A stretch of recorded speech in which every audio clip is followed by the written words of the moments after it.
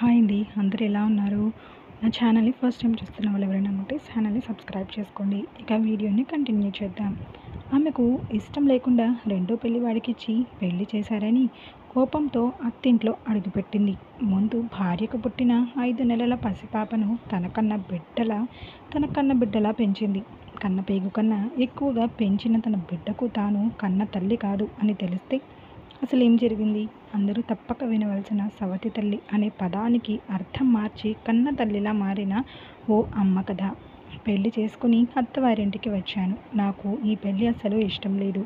దానికి కారణం రెండో పెళ్లివాడికి ఇచ్చి చేశారని నన్ను బలవంతం చేసి నాకు ఈ పెళ్లి జరిపించారు. అమ్మ నాన్న లేరని అన్నయ్య వదిన నాకు ఈ సంబంధం రావటంతో పెళ్లి చేసి చేతులు దులిపేసుకున్నారు. అందుకే వచ్చేటప్పుడు ఒక్క కన్నీటి చుక్క కూడా రాలేదు నా కళ్ళలో నుండి. అయిష్టంగానే అత్తింట్లో కాలు పెట్టాను. ముందుగా పూజ రూంలోకి వెళ్ళి దేవుడి దగ్గర దండం పెట్టుకొని కళ్ళు తెరిచి అమ్మవారి ఫోటో చూశాను. అమ్మవారి గుండెలో ఒక చిన్న పాప రూపం కనబడింది. నాకు వెంటనే నవ్వు వచ్చింది. నా బాధంతా తీసుకున్నట్టు అనిపించింది. నేను నవ్వుతూ వెనక్కి తిరిగాను. మా అత్తగారి చేతిలో ఇందాక అమ్మవారి గుండెలో చూసిన ఆ పాప కనపడింది. 5 నెలల పాప తను. నన్ను చూసి నవ్వి కేరింతలు కొడుతుంది. నేను వెంటనే ఆ పాపని తీసుకుందామని చేతులు ముందుకు చాపాను. తీసుకోమ్మా అమృత, ఇక మీదట ఈ పాప నీ పాప అంటూ నా చేతిలో పెట్టింది. పాప పేరు ఏంటి అని అడిగాను. పాపకి ఇంకా పేరు పెట్టలేదు అని అత్తగారు చెప్పారు. పాపని నా దగ్గరే పెట్టుకుంటాను. ఫ్రెష్ అయ్యి పాపతోనే టైం గడిపాను. పెళ్ళైనా నాకు ఇష్టం లేక ఆయనకి దూరంగానే ఉన్నాను. ఆయనతో మాట్లాడడం లేదు కూడా. మా ఇంట్లో అత్తయ్య మామయ్య, మరిది సురేష్, మరదళ్ళు స్వాతి రాణి, మా వారి పేరు ముకుంద్. మరదళ్ళిద్దరూ చదువుకుంటున్నారు. మరిది జాబ్ చేస్తున్నారు. అందరూ ఉదయాన్నే వెళ్ళిపోతారు. ఆ తర్వాత ఇంట్లో ఉండేది నేను, అత్తయ్య, పాప. పాప పనులు అన్నీ నేనే చూస్తున్నాను. పాపని వదిలి ఉండాలనిపించటం లేదు. మా వారు నాతో మాట్లాడడానికి ప్రయత్నం చేస్తూనే ఉన్నారు. 2 రోజుల తర్వాత పాపకి నామకరణం చేద్దామా అని అత్తయ్య గారు నన్ను అడిగారు. తప్పకుండా అత్తయ్య అని అన్నాను. సరే అయితే మరి నేను పంతులు గారితో మాట్లాడి మంచి రోజు కనుక్కుంటాను. నువ్వు వెళ్ళి పాప కోసం బట్టలు తీసుకురా అని చెప్పారు. అత్తయ్య అలానే ఒక ఊయల కూడా కొనిద్దామా అని అన్నాను. ఇంట్లో చెక్క ఊయల ఉందమ్మా, దాంట్లోనే వేద్దామని అన్నారు. సరే అన్నాను. అమృత నేను ఒకటి అడిగినా అని అడిగారు. చెప్పండి అత్తయ్య అని అన్నాను. నీకు అభ్యంతరం లేకపోతే పంతులు గారిని పిలిచి దత్తపూజ జరిపించమని అడుగుతాను. దేనికత్తయ్య? పాప నా కూతురే కదా అని అన్నాను. అవును, కానీ దత్తత పూజ చేసిన తర్వాత నిన్ను సవతి తల్లి అని ఎవరు అనుకోరు. నీకు కూడా నా కూతురే అనే ధైర్యం ఉంటుంది అని అన్నారు. నాకు ఎందుకో విషయం నచ్చింది. సరే అన్నాను. కన్న తల్లిని కాకపోయినా పెంచిన తల్లిని అవుతాను. అందరిని కలిసి పాప కోసం ఒక పేరు ఆలోచించడం మొదలుపెట్టాము. నాకు అమూల్య అనే పేరు నచ్చి ప్రవర్తిస్తున్నాను. నీ కూతురు నీ ఇష్టం అని అందరూ సరే అన్నారు. ఒక శుభముహూర్తాన ఇంట్లో హోమం, దత్త పూజ చేసి సాయంత్రం నామకరణ మహోత్సవం చాలా గ్రాండ్గా చేశాం. మా వారికి నాపై కోపం వస్తుందని నాకు అర్థమవుతుంది. కానీ ఇప్పుడు నాకు కోపం తగ్గింది. కానీ ఇప్పుడు మాట్లాడాలంటే చాలా భయంగా ఉంది. మెల్లిగా ఆయనకి ఏం కావాలో చూడడం మొదలుపెట్టాను. ఆయనతో మాట్లాడాలంటే మాత్రం తుర్రుమని పారిపోయేదాన్ని. ఒక నెల రోజుల తర్వాత ఆదివారం రోజు ఉదయం అత్తయ్య మామయ్య పెళ్లికి వెళ్ళారు. ఆదివారం అవ్వడంతో అందరూ ఇంట్లోనే ఉన్నారు. వంట చేయడానికి ఆడవాళ్ళమందరము బిజీగా ఉన్నాము. సురేష్ వచ్చి సినిమాకి వెళదాము రండి అంటూ మరదలిద్దరిని తీసుకుని వెళ్ళిపోయారు. ఇంట్లో నేను, ఆయన, అమూల్యనే ఉన్నాము. అమ్ముకి పాలు పట్టి నిద్రపుచ్చేసి వంటింట్లోకి వెళ్ళాను. వెజిటేబుల్స్ కట్ చేసి ఉండటంతో చకచకా వంట పూర్తి చేశాను. ఆయన పాపతో రూమ్లో ఉన్నారని నేను హాల్లో టీవీ పెట్టుకొని సోఫాను ఆనుకొని కూర్చున్నాను. ఆయన వచ్చి సోఫాలో కూర్చున్నారు. నాకు భయమేసింది. కాసేపు నన్నే గమనించి వచ్చి నాకు దగ్గరగా జరిగి కూర్చున్నారు. నేను వెంటనే దూరం జరిగాను. ఆయన నా చేయి పట్టుకున్నాడు. నేను వెంటనే వదిలించుకోవడం, పాప ఏడవడం జరిగాయి. నేను చటుక్కున లేచి అమ్ము దగ్గరికి వెళ్ళాను. అమ్ముని ఎత్తుకొని మళ్ళీ నిద్రపుచ్చాను. అమ్ము పడుకోగానే ఈసారి నా చేయిని ఇంకా గట్టిగా పట్టుకున్నారు. ఆయన అలా పట్టుకునేసరికి నాకు ఏడుపు వచ్చింది. అది చూసి ఆయన చాలా కంగారు పడ్డారు. కానీ ఆయనకి కోపం తగ్గలేదు. నన్ను తీసుకుని హాల్లోకి తీసుకొచ్చారు. నీ మనసులో ఇంకెవరైనా ఉన్నారా అని ఆయన అడిగిన ఒకే ఒక ప్రశ్నకు నాకు భూకంపం వచ్చినట్టు అయింది. నేను గట్టిగా ఏడవడం మొదలుపెట్టాను. నోరు తెరిచి ఏదైనా చెప్పు, అసలు నీ మనసులో ఏముందో, ఇలా ఇంకా ఎన్ని రోజులు తప్పించుకొని తిరుగుతావు అని అడిగారు. అయినా నేను ఏమీ మాట్లాడలేకపోయాను. చూడు, నువ్వు అమ్ముతో బాగుంటావు. నాన్న, తమ్ముడు, చెల్లెలతో కూడా చాలా సంతోషంగా ఉంటావు. నన్ను చూడగానే మొహం చాటేస్తున్నావు. చూసేవాళ్ళు ఏమనుకుంటారు అని కూడా లేదు అని అన్నారు. అవును కదా, నేను చేసిన పనికి నాకు సిగ్గనిపించింది. నీకు నేను ఇష్టం లేకపోతే నువ్వు మీ ఇంటికి వెళ్ళిపో అని అన్నారు. ఐఎమ్ సారీ అండి. తప్పంతా నాదే. నా కోపం అసలు మీపైన కాదండి, మా వాళ్ళపైనే. నన్ను బలవంతంగా మీతో ఈ పెళ్ళికి ఒప్పించారు. కానీ అమ్ముని చూడగానే నా కోపం పోయింది. అమ్ము లేకుండా నేను ఉండలేనండి, ప్లీజ్ అని ఆయన కాళ్ళపైన పడి ఏడ్చాను. ఈ పెళ్ళి ఇష్టం లేక మిమ్మల్ని దూరం పెట్టాను. కానీ పోను పోను మీరేంటో తెలుసుకున్నాను. మీరంటే గౌరవం ఉంది కానీ అంటూ ఆపేశాను. కానీ ఏంటి అని అడిగారు. మిమ్మల్ని చూస్తే నాకు భయమేస్తుంది అని అన్నాను.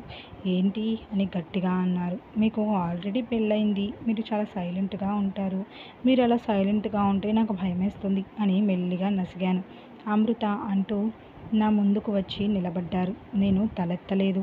ప్లీజ్ నన్ను చూడు అని అన్నారు. నేను తలెత్తి చూశాను. ఆయన్ని అంత దగ్గరగా చూడడం అదే మొదటిసారి. నన్ను చూస్తే రౌడీలా ఉన్నానా అని అడిగారు సూటిగా నా కళ్ళలోకి చూస్తూ. విశాలమైన నుదురు, విశాలమైన కళ్ళు, సన్నని ముక్కు. అబ్బా ఎంత అందంగా ఉన్నారు అని అనుకున్నాను. నిన్నే అని అన్నారు. లేదు అని సిగ్గుపడుతూ తల దించేసుకున్నాను. మరి ఎందుకు భయం అని అడిగారు. నేను తలెత్తలేదు. అమృత, నీతో జీవితం పంచుకోవాలని ఆశపడుతున్నాను. నీకు ఇష్టమైతేనే అని అన్నారు. నాకు ఇష్టమే అని అన్నాను. ఆ రోజు నుండి ఒకరిని ఒకరం తెలుసుకుంటూ అన్యోన్యంగా ఉండటం మొదలుపెట్టాము. ఆయనకు నాతో బయటకి వెళ్ళాలని కోరిక కలిగి ఇంట్లో పెద్దవాళ్ళని అడిగితే దానికి మమ్మల్ని అడగడం దేనికిరా, మీ ఇష్టం అని అన్నారు. అమూల్యని వదిలి వెళ్ళాలంటే నాకు ఇష్టం లేదు. కానీ అందరూ కలిసి నన్ను ఒప్పించారు. అమూల్యకి ఇబ్బంది అవుతుంది అని నచ్చచెప్పారు. హనీమూన్కి వెళ్ళేటప్పుడు కూడా ఎంత బాధగా వెళతారా అని అన్నారు. 3 రోజులు అక్కడే ఉండి ఇంటికి వచ్చాము. అమ్ము నా కోసమే అన్నట్టు గుమ్మం ముందుకి పాక్కుంటూ వచ్చి కూర్చొని అమ్మా అని పిలిచింది.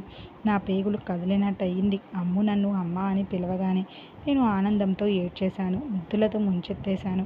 అమ్ము నాపై బెంగ పెట్టేసుకుంది. ఇంకెప్పుడు అమ్ము లేకుండా ఎక్కడికి వెళ్ళకూడదని డిసైడ్ అయ్యాను. నాకు ప్రెగ్నెన్సీ కన్ఫర్మ్ అయింది. అమ్ము చాలు, నాకు ఇంకో బేబీ వద్దు అని ఆయనతో డిస్కస్ చేశాను. కానీ దానికి ఆయన ఒప్పుకోలేదు. పెద్దవాళ్ళైతే కోపడ్డారు. నా ప్రేమ అంతా నా అమ్ముకే అని ఖచ్చితంగా చెప్పాను. ఒకరోజు ఆయన నన్ను అమ్ముని గుడికి తీసుకెళ్లారు.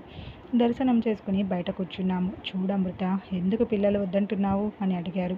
నేను నా నిర్ణయం చెప్పేశాను. ఇంకా ఈ విషయం వదిలేయండి. నేను డాక్టర్ దగ్గరికి వెళ్ళడానికి నిర్ణయం తీసుకున్నాను అని చెప్పాను. సరే, మనం ఎంతకాలం బ్రతుకుంటామో చెప్పు అని అడిగారు. ఏమిటా ప్రశ్న అని అన్నాను. ఒక 70-80 ఏళ్ళు ఉంటాము అంతేగా అని అన్నారు. అంతే అన్నాను. ఒకవేళ నాకు ఏమైనా అయ్యి తొందరగా వెళ్ళిపోతే అని అన్నారు.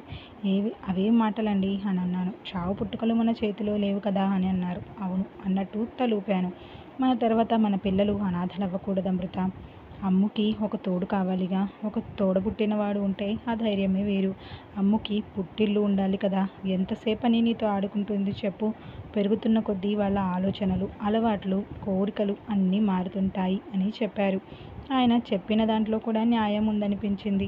సరే, ఈ బేబీని ఉంచుకుంటున్నాను అని చెప్పాను. నీకో విషయం చెప్పనా?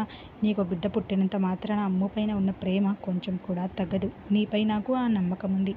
అమ్మ అవ్వడం ఒక అదృష్టం. మరి ఎలాంటి తప్పు ఆలోచనలు మనసులోకి రానివ్వకుండా ఈ ప్రెగ్నెన్సీని ఆనందించు అని అన్నారు. సరే అండి, ఒక మహాపాపం చేయకుండా నన్ను కాపాడారు మీరు అని అన్నాను. అమృత, నేను అమ్ము వాళ్ళ అమ్మ కడుపులో ఉన్నప్పుడు నేనేమీ ఎంజాయ్ చేయలేదు. కానీ ఇప్పుడు నిన్ను దగ్గరుండి చూసుకుంటాను అని అన్నారు. నాకు ఎందుకో చాలా బాధ అనిపించింది. ఐఎమ్ రియల్లీ సారీ అండి. ఇంకెప్పుడు ఇలా ప్రవర్తించను అని చెప్పాను. నాకు అబ్బాయి పుట్టాడు. వాడి పేరు శ్రవణ్. మరదళ్ళ పెళ్ళిళ్ళు చేసి మరిది గారికి కూడా పెళ్లి చేశాము. చూస్తుండగానే నా బంగారు తల్లి అమ్ముకి పెళ్ళేడొచ్చింది. ఒక మంచి సంబంధం చూసి నిశ్చయం చేశాము. అమ్ముని పెళ్లి కూతురిని చేసే రోజు ఎవరో పెద్దావిడ అమ్ము కన్న తల్లిని నేను కాదు అనే విషయం అమ్ము ముందర నోరు జారింది. ఆ రోజు అమ్ము డోర్ లాక్ చేసుకుని ఎవరితో మాట్లాడకుండా ఏడుస్తూనే ఉంది. పెళ్లి హడావిడి కాస్త చతికిల పడ్డాయి. అమ్ముకి చెబుదామని ఆయన ఒకసారి అడిగారు కూడా. కానీ నేనే ఒప్పుకోలేదు. తనకి నిజం తెలిస్తే నన్ను మనస్ఫూర్తిగా అమ్మలా చూస్తుందో లేదో అని భయపడ్డాను.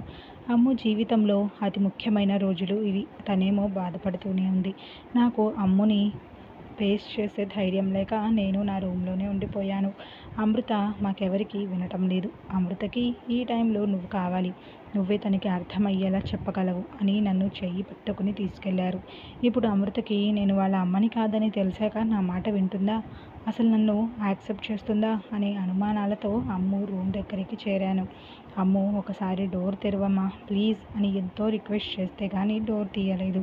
ఏడ్చి ఏడ్చి మొహం కందిపోయింది. ఏమిటి బంగారం, ఇంత ముఖ్యమైన రోజుని ఇలా ఏడ్చి పాడు చేసుకుంటావా అని అడిగాను. అమ్మ నేను నీ కూతుర్ని కాదా అంటూ నన్ను వాటేసుకుని ఏడుస్తూనే ఉంది. నాకు ఏడుపు ఆగడం లేదు. కంటేనే అమ్మ అంటే నేను నీ అమ్మని కాదు, నిన్ను ప్రేమగా పెంచుకున్నాను, ఎంతో అల్లారు ముద్దుగా చూసుకున్నాను. మీ నాన్నని పెళ్లి చేసుకుని ఈ ఇంటికి వచ్చినప్పుడు మీ నాన్న అంటే కూడా నాకు ఇష్టం లేదు. కానీ నిన్ను చూశాకే, నిన్ను ఈ చేతుల్లోకి తీసుకున్నాక ఈ ఇంటి మీద నాకు మమకారం కలిగింది. ఈ ఇల్లు నాదయింది. మీ నాన్న నేను ఒకటయ్యాము. మొదటిసారి అమ్మ అని నువ్వు పిలిచినప్పుడు నా పేగులు కదిలాయి. ఆ రోజు మర్చిపోయాను నేను నిన్ను కనలేదని. అమ్మా నువ్వు నన్ను ప్రేమిస్తావని నాకు తెలుసమ్మా, కానీ నేను నీ కడుపులో పుట్టనందుకు బాధపడుతున్నాను అంటూ ఎక్కి ఎక్కి ఏడుస్తున్నది. నువ్వు నా కడుపులో పుట్టకపోయినా నేను ఎప్పుడూ అలా అనుకోలేదు. నువ్వు నా కూతురివే. ఎవరు ఏమన్నా సరే నువ్వే నా కూతురివి. ఇది ఎవరూ మార్చలేరు. అయినా ఇప్పుడు ఇవన్నీ మాట్లాడడం అవసరమా చెప్పు అంటూ అమ్ము కళ్ళు తుడిచాను. ఈ పెళ్ళికి ఎంజాయ్ చేయమ్మా. అమ్ముని బాత్రూంలోకి తీసుకెళ్ళి మొహం కడిగించి ముందు భోజనం తినిపించాను. ఆ రాత్రంతా నా ఒడిలోనే పడుకుంది అమ్ము. సవతి కూతురు అంటేనే ఎలా అడ్డు తప్పించుకుందామా అని చూసే ఈ రోజుల్లో అమృత లాంటి మాతృమూర్తి దొరకడం నిజంగా అమూల్య అదృష్టం. కంటేనే అమ్మ కాదు, కడుపులో పెట్టుకుని పెంచుకుంటే కూడా పేగుబంధం ఉంటుందని మాతృత్వానికి గొప్ప నిదర్శనంగా నిలిచింది అమృత. ఇలాంటి అమ్మలు ఈ సమాజంలో కూడా ఉండాలి అని ఆశిస్తూ అమ్మ ప్రేమ గురించి గొప్పగా చెప్పిన ఈ కథా రచయిత్రి స్వప్న సంగిశెట్టి గారికి నా హృదయపూర్వక అభినందనలు. కథ నచ్చింది అనుకుంటున్నాను. నచ్చితే మీ విలువైన అభిప్రాయాన్ని కమెంట్ రూపంలో తెలియజేయండి. ఇలాంటి మరిన్ని కథలతోటి నేను ముందుకు ఎప్పుడూ వస్తూనే ఉంటాను. నచ్చితే ఒక లైక్ చేసి మరికొంత